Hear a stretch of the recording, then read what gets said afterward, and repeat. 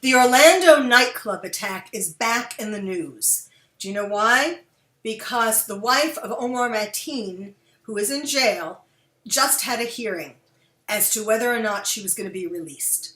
Now, before we get into her particular story, I want to make the point that wives and friends and other family members of terrorists need to be held accountable. 49 people died and over 50 were injured. These are American lives that were lost or hurt. We need justice. And that means that the people who knew something and didn't say anything should be held accountable as well. Now, one of the things that she has been saying, or her attorney has been saying as her defense, is that she was an abused woman.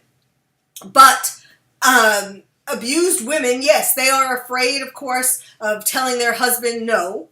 And she might not have said to Omar, no, I don't think you should do this.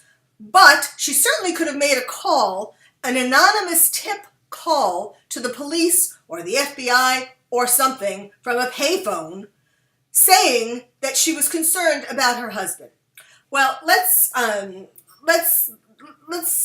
start back with, because it's not just Noor that I'm talking about. I'm talking about all the wives of terrorists who tend to get a free pass or tend to not be held as accountable as their terrorist husbands. Now, when terrorists are out in the world, yes, they're very concerned with hiding the fact that they're terrorists. But when they're home, they let it all hang out, and especially pillow talk. Especially, they talk to their wives about things, and I'll tell you about Omar apparently talked to his wife about a lot. So doesn't this make the wives as guilty as the husband? I would say yes. Now, Noor is the latest example of a wife of a terrorist who we have to question. There was also Catherine Russell, who was the wife of Tamerlan Tsarnaev. He was one of the Boston Marathon brothers, terrorists, and she to this day still isn't in jail and hasn't been tried. Then we have Tashfeen Malik, the wife of Syed Rizwan Farouk. She was the wife of, they were the couple who committed the San Bernardino killing. Now, she's dead, so she was held accountable, in a sense. And she was right there. Would she have been held accountable if she was at home with her child? And that's the thing. People think it's like sexism. People think that because they're women and because they're mothers, that somehow they couldn't know these things or do these things. We need to change that perception.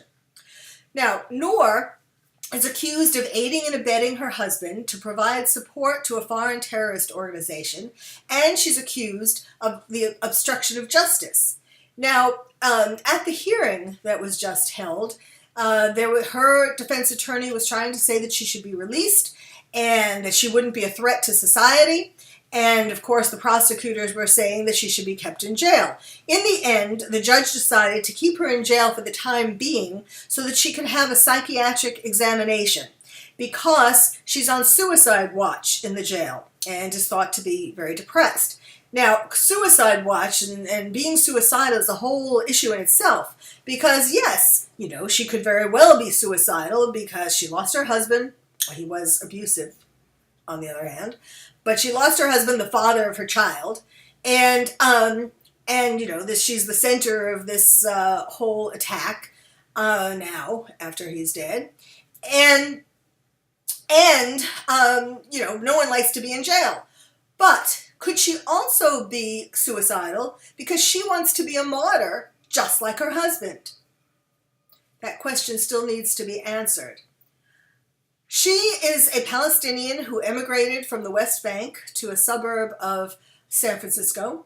She was married before Omar to a man who, it was an arranged marriage to a man who was also abusive. And she then met Omar on a match site called Arab Lounge, a dating site. Now, her attorney is saying that she should be let go because she's in this fragile mental state. She needs treatment. Of course, in that case, she should be transferred then to a psychiatric hospital, not just, if she's really suicidal, not just let out on the street. He also says that she's Muslim, but he denies that she's really religious or radicalized. She's not a terrorist, he says. She's a battered woman. Omar battered his first wife, so I totally believe that she was a battered woman. But he was on steroids during the marriage, and his abuse got worse. And so her attorney is saying she's just a simple young woman, and she shouldn't bear any responsibility. Now, he's trying to say that she should have diminished capacity, and therefore that's a defense. That's part of a defense. Sometimes it works and sometimes it doesn't, but that's the defense, that because she's been battered and is in this fragile mental state, she has diminished capacity, and so she shouldn't be held responsible. One of the things that he says as a way to claim that she didn't know anything about the attack was that she had bought a Father's Day card for her husband and a t-shirt that said "World's Greatest Dad." Well, it turns out that the attack was on June 11th and Father's Day was on June 19th. So she bought these things a week before. Now, it seems to me that this was more likely an alibi than trying to prove that, in fact, she wouldn't have bought these things if she thought her husband was going to be alive on Father's Day. Well, let me tell you what the prosecutors have to say, and it is very convincing. I'm convinced. They say, first of all, after they interrogated her right after the attack, and first she denied everything. She lied. She said she didn't know anything. Then she gave conflicting stories, and then finally she admitted that she did know a bunch of things. She did know that her husband was planning a jihadist attack. She admitted that she knew that her husband left that night with a rifle and with a backpack full of ammunition. Of course, the excuse for that is he worked as a security guard, so he often had rifles and ammunition. She admitted that he watched ISIS recruiting videos and that he watched jihadist videos, and that in fact she was worried. She was upset that he did that because she didn't want her son to see. She also admitted that she went to at least 3 trips with her husband to case out joints to decide which one he should select to have a terrorist attack. He asked her which one would make the biggest splash. Now, you can make the argument, if she was a battered woman, she might have been afraid to say, "Hey, Omar, listen, I don't think you should pick any of these places. I don't think you should have an attack." Would that have made him angry? Yes, probably. But, as I said, she could have anonymously given a tip to police that this was going to happen, at least for them to investigate him. Of course, on the other hand, they had investigated him way back and didn't keep him on their watch list.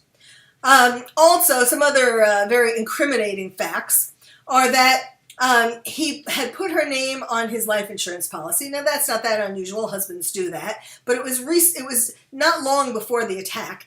And on June 1st, just 10 days before the attack, the both of them went to their bank, and he put her name on his accounts as POD, payable upon death. Now, wouldn't that make you suspicious? Like, why is he doing this right now? Why is he changing this right now when you know all these other things about him? And then also, right before the attack, they went on a $30,000 shopping spree, which included his buying her an $8,000 diamond ring. Now, he was a security guard. $30,000, that's a lot of money for a security guard to spend, and $8,000 for a diamond ring is super a lot. Why didn't it occur to her, with everything else that she knew, to ask him, why he was doing that now? I mean, there was so much. Either she's an idiot or she knew. So, now, as I said, I work as a psychiatric expert witness, and I have examined women who are battered women, and they are meek, and they are afraid of saying something against their husband and of leaving their husband and so on. But that is not in itself an excuse for all these murders. So, bottom line, wives of terrorists and other family members of terrorists and friends of terrorists, wannabe terrorists, know a lot more than they ultimately admit. and they need to be held responsible. Justice needs to be served. These victims deserve justice, and it has to be left to a jury to decide.